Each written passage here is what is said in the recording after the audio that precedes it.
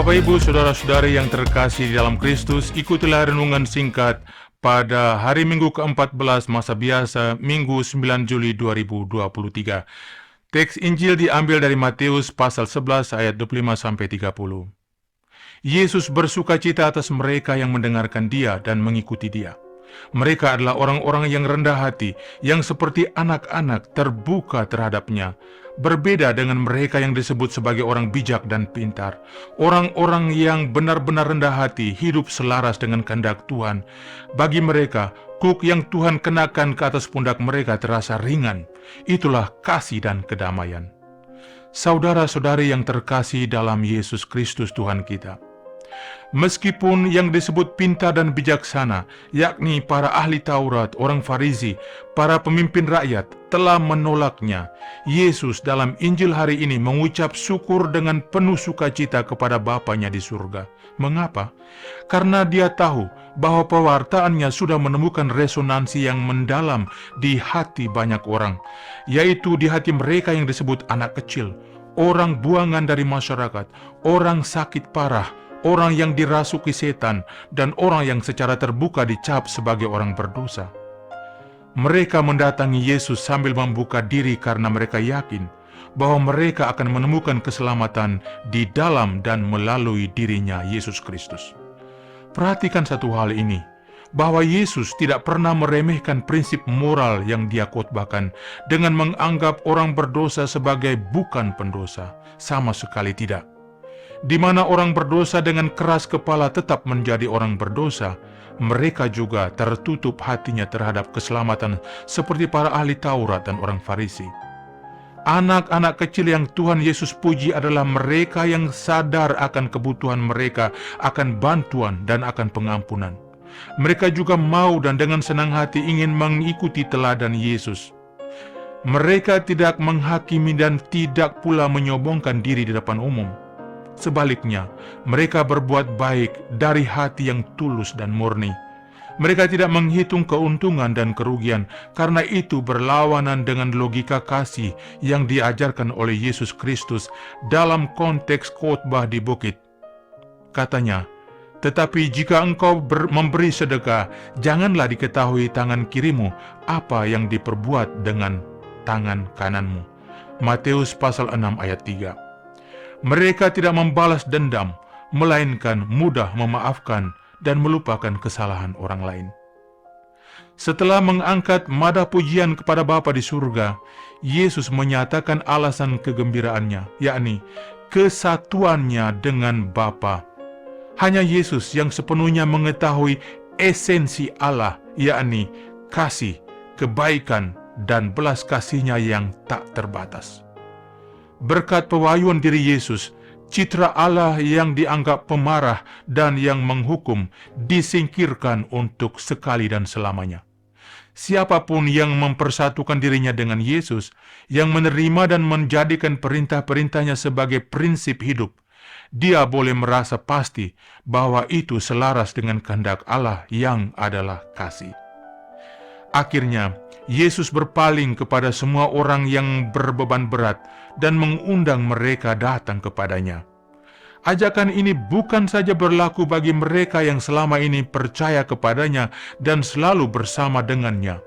Ajakan datang kepadanya berlaku juga bagi mereka yang selama ini menentangnya, yang membencinya, yang melihatnya dari jauh, penuh syak wasangka, atau yang belum pernah mendengar namanya dan mengenalnya secara lebih dekat. Janganlah takut terhadap kasih, janganlah takut terhadap Yesus Kristus. Yesus berjanji bahwa semua orang dapat menemukan ketenangan dan kedamaian di dalam Dia. Kuk yang Dia tempatkan di pundak orang bukanlah beban berat yang merenggut kebahagiaan hidup dan membuat orang menderita tanpa batas. Justru sebaliknya. Lalu apa artinya kuk yang dipasang oleh Yesus? Yesus mengajak kita berulang kali untuk mengasihi. Biasanya mencintai dan membantu orang lain bukanlah hal yang sulit. Jika itu diarahkan kepada orang yang kita sukai, orang yang sudah menanam kebaikan terdahulu kepada kita, terutama kita berada di dalam kesusahan. Tidak sulit pula berbuat baik kepada orang dari golongan kita sendiri, yang kita rasa cocok dan yang simpatik di mata kita. Kasih model ini bukan sebuah beban. Sebaliknya, kita enggan atau menolak untuk berbuat baik kepada orang yang tidak kita sukai, yang belum pernah berbuat baik kepada kita sebelumnya, yang berada di luar lingkungan keluarga, etnik, budaya, dan agama kita.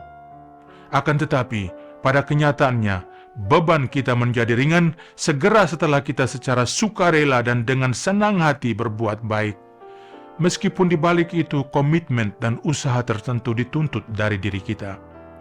Kuk Yesus adalah upaya untuk hidup penuh kasih dan melawan segala kecenderungan negatif di dalam diri kita.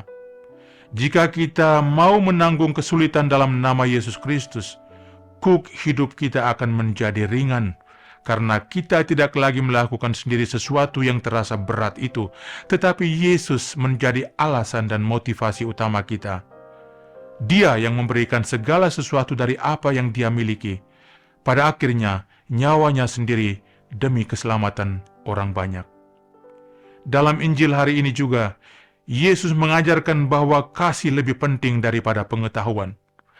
Pengalaman sehari-hari menunjukkan bahwa daya tarik orang-orang yang memancarkan kasih, kebaikan, belas kasih, kedamaian, dan kesabaran tidak luntur karena kesenjangan dalam pengetahuan dan keterampilan yang mereka miliki. Pengetahuan tidak menjamin kecemerlangan etika dan akhlak seseorang. Orang baik akan selalu didekati banyak orang karena mereka memancarkan keindahan yang diinginkan oleh semua orang. Bapak, Ibu, Saudara-saudari, mari kita coba lagi dan lagi dengan pertolongan Tuhan untuk meneladani mereka, entah kita tergolong orang lamban atau pintar, besar atau kecil, terkenal atau orang biasa.